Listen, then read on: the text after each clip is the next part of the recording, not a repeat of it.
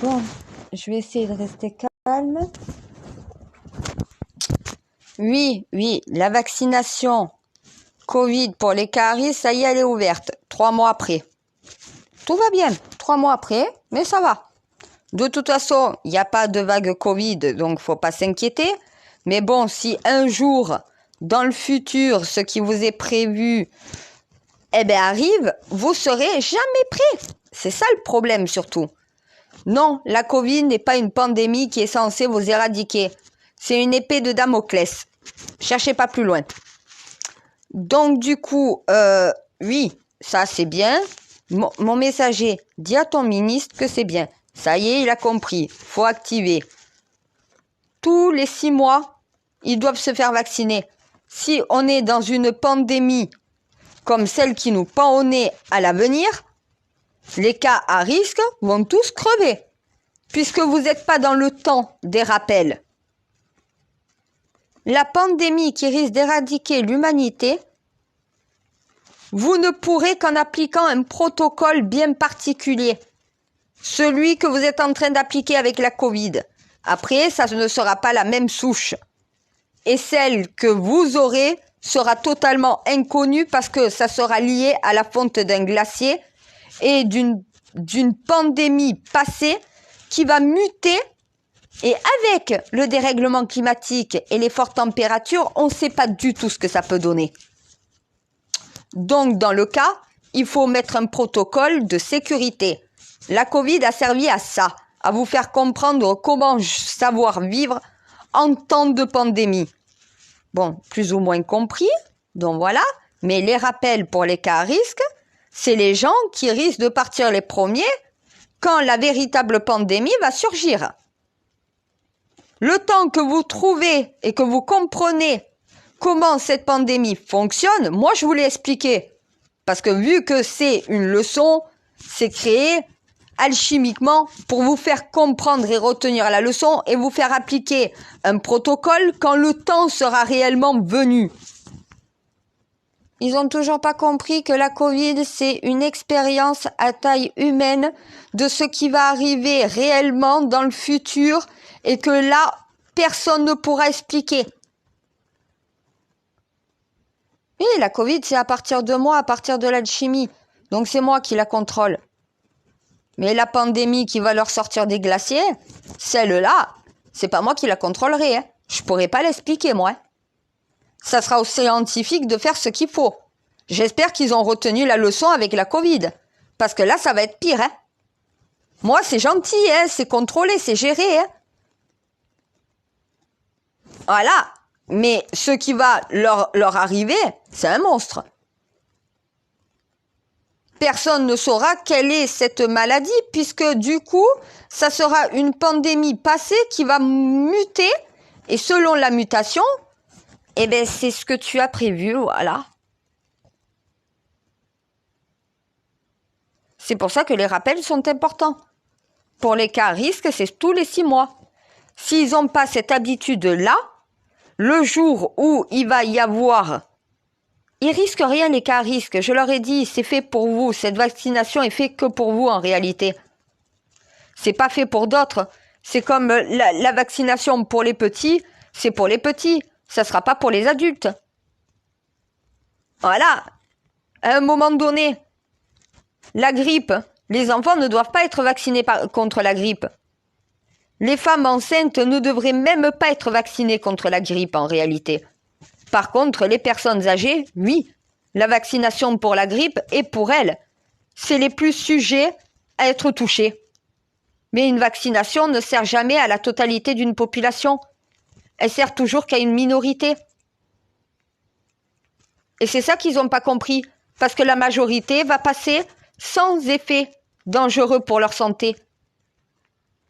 La Covid l'a prouvé. Et toutes les maladies épidémiques fonctionnent de la même manière. C'est toujours une catégorie d'une population qui est plus touchée que d'autres.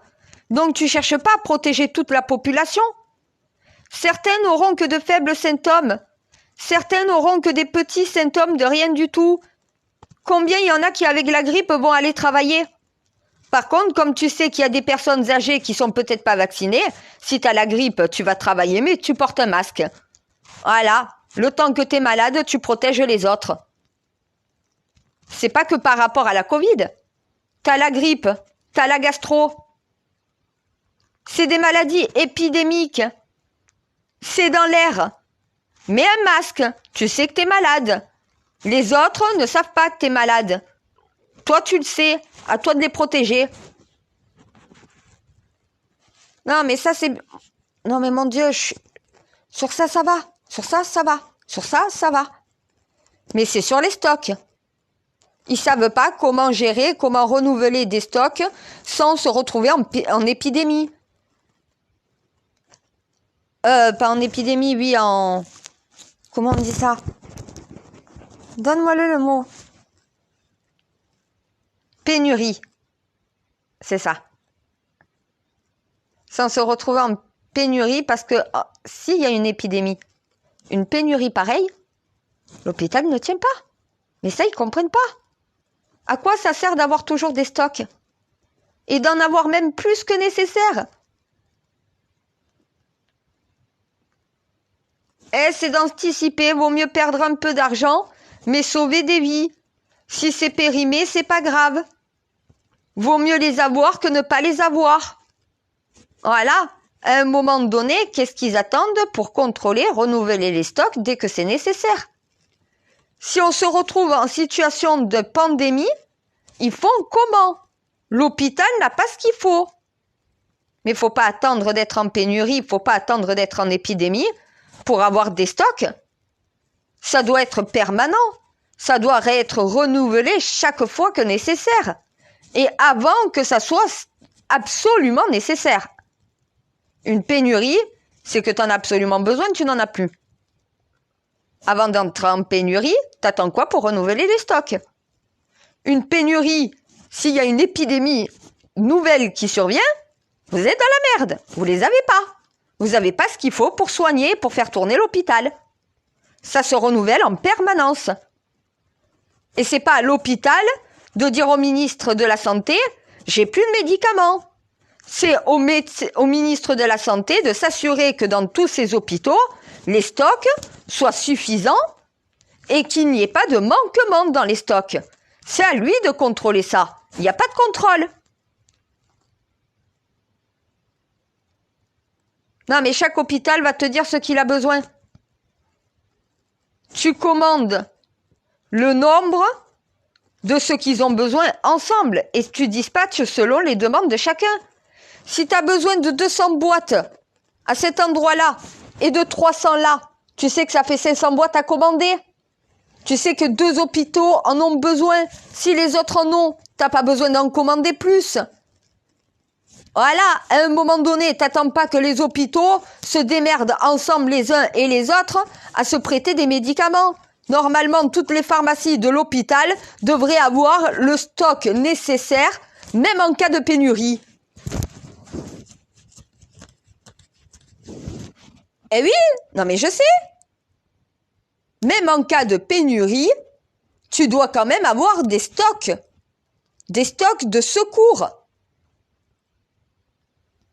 Ça veut dire que tu dois avoir dans la pharmacie centrale ce qu'il faut, mais tu dois avoir aussi dans une réserve des stocks en cas d'urgence. Ils en ont pas.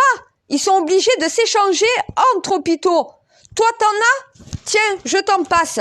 Moi, par contre, j'ai plus de ça. Est-ce qu'il t'en reste? Oui, j'en ai pas beaucoup, par contre. Eh ben, c'est pas grave. Donne, il m'en faut absolument, j'en ai plus.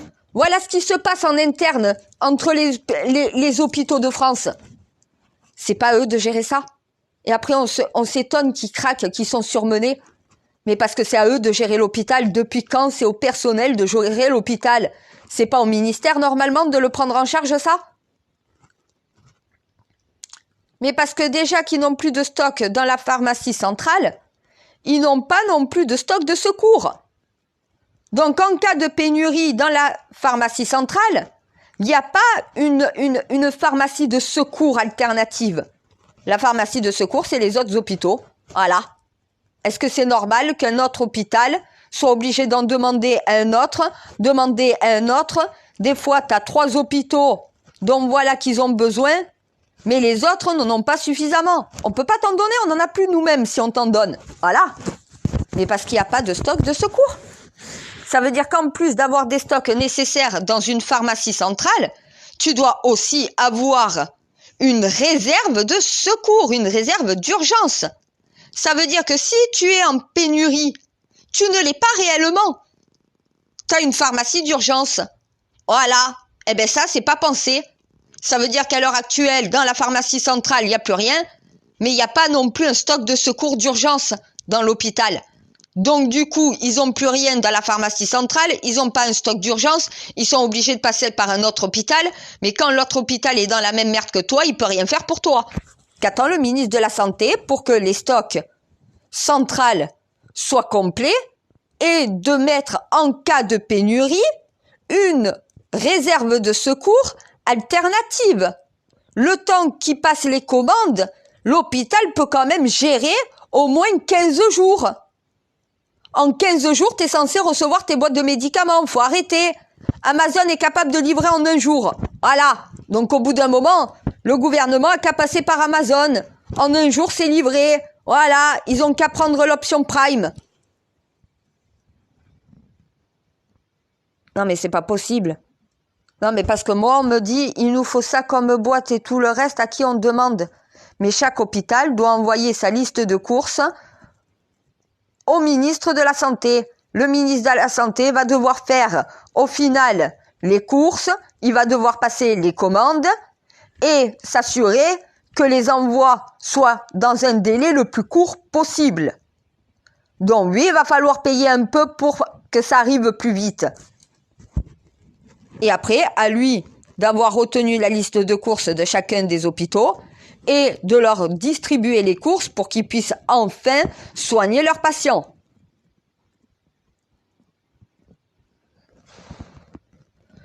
Oui, déjà 1 sur 2. Oui.